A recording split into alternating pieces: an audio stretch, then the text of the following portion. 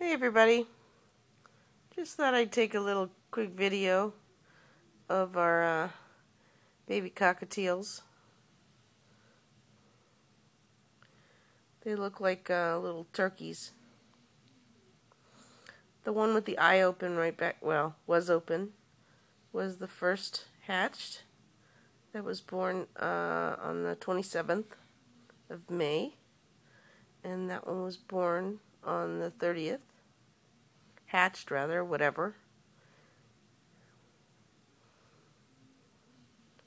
3 days makes a huge difference when they're younger, but this second one is really catching up as far as the development of the wings and feathers and tail and that type of thing.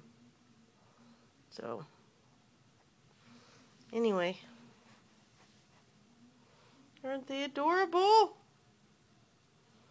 That's our babies.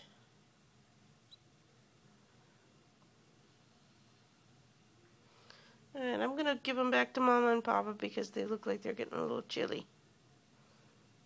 Alright, take care.